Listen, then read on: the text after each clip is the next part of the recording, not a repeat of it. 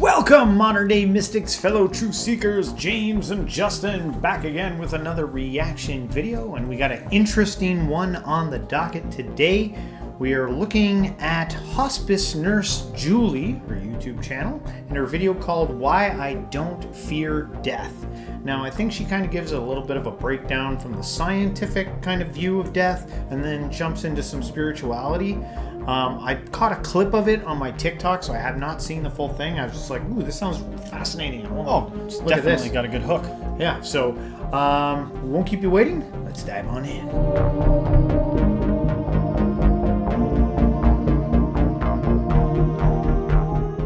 There are two huge reasons why I believe there is nothing to fear when it comes to death.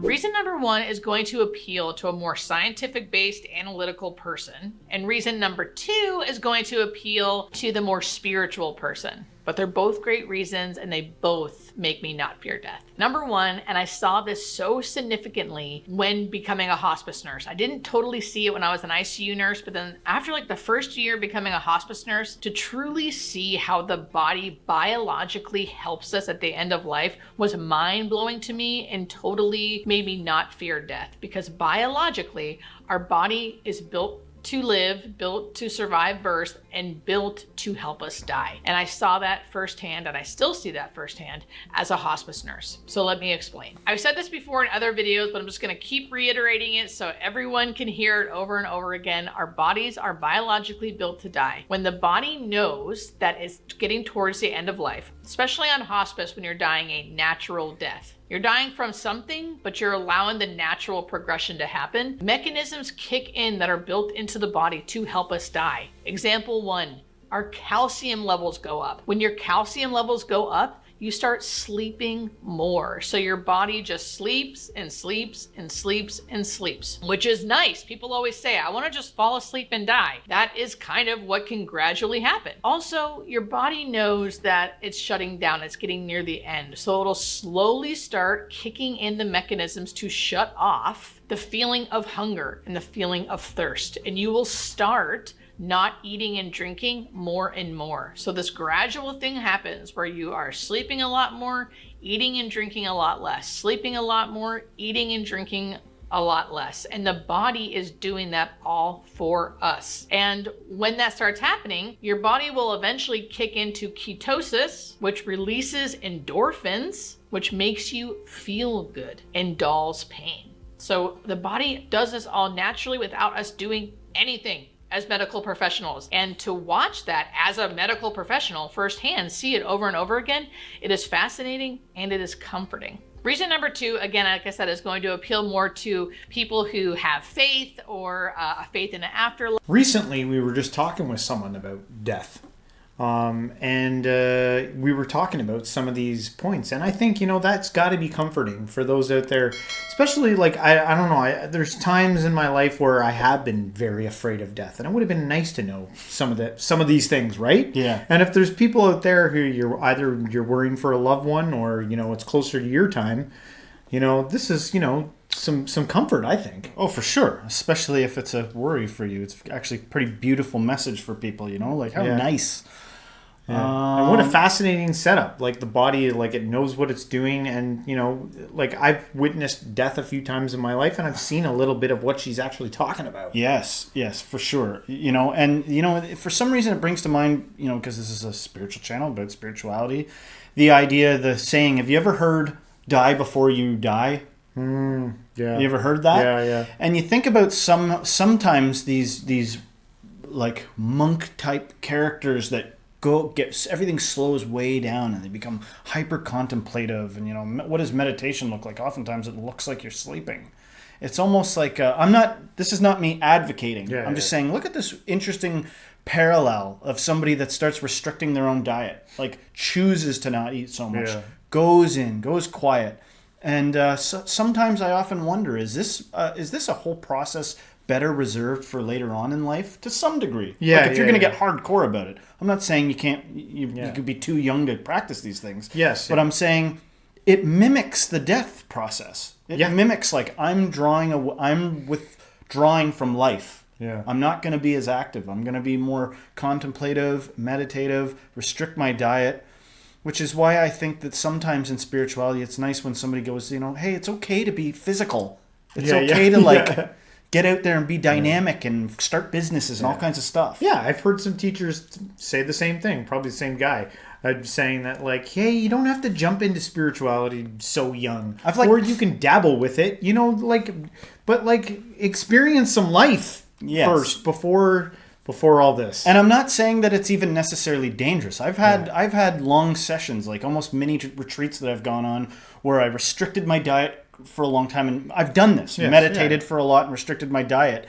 But it does start to, that's where the mind goes, is inward and slowing the brain processes. And it can be an interesting, I would say, give that a try. Try to do a long meditation or a several day long meditation and restrict your diet and just see what happens. Doesn't mean you have to continue doing that forever, but you will yield something from that. It's just the way she's talking reminds me of that. Life, spirituality, religion, it'll appeal more to that group, but it's still a fascinating story and I love it. And it's one of the huge reasons why I don't fear death, hence why I talk about it all the time. I used to be so afraid to tell these stories because they sound so crazy, but then people will ask me why I don't fear death. And this is a really big reason why. So like I've said before in a million other of my videos, there are some medical phenomena that happen at the end of life that we can't explain that do also comfort me, like the visioning, death stare, the death reach, all of those things that I've witnessed are also comforting. But the big reason is something that I experienced with a patient. That's one of my favorite stories, and it's the main reason why I don't fear death. So here's that story. I had a patient come on to hospice. He was young. We got close, not just me and him, but him and the whole hospice team. We really helped him. He ended up living a lot longer on hospice. He didn't have tons of friends and family, so we were like his friends and family, the whole team.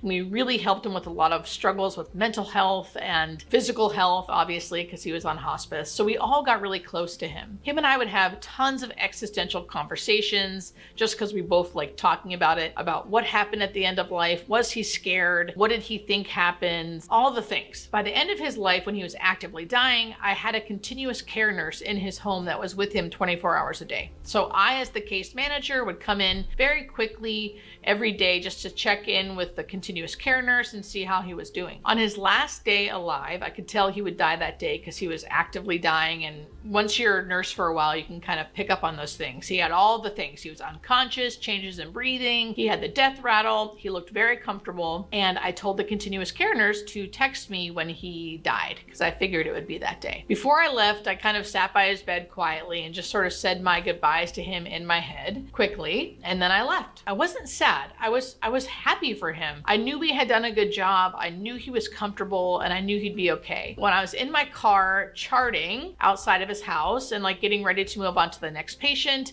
before I moved on, I kind of sat quietly again and like thought about him and how I'd miss him, and just he was just such a wonderful guy that I was just thinking of him. When suddenly, and this is the crazy part, suddenly I heard his voice in my head, and it was kind of like I was transformed to like another place, just where time stood still and I could like feel all of these amazing feelings that I feel like he was giving me. And he was in my head saying my name, and I'm smiling now because that's the feeling I got when he said my name. He was like, "Oh my gosh, Julie, oh my gosh, if I only would have known. If I only would have known," he kept saying. And he was kind of like telepathically telling me things without even saying words. And the feelings that I was getting was basically, if I only would have known how amazing this was, I would have never been scared. I would have never been scared. And I was so overwhelmed by what he was making me feel, which was like love and peace and like energy and excitement. And it was almost like I was soaring. Like it was almost like he was taking me with him and he was making me see and feel how amazing he felt. And there was so much freedom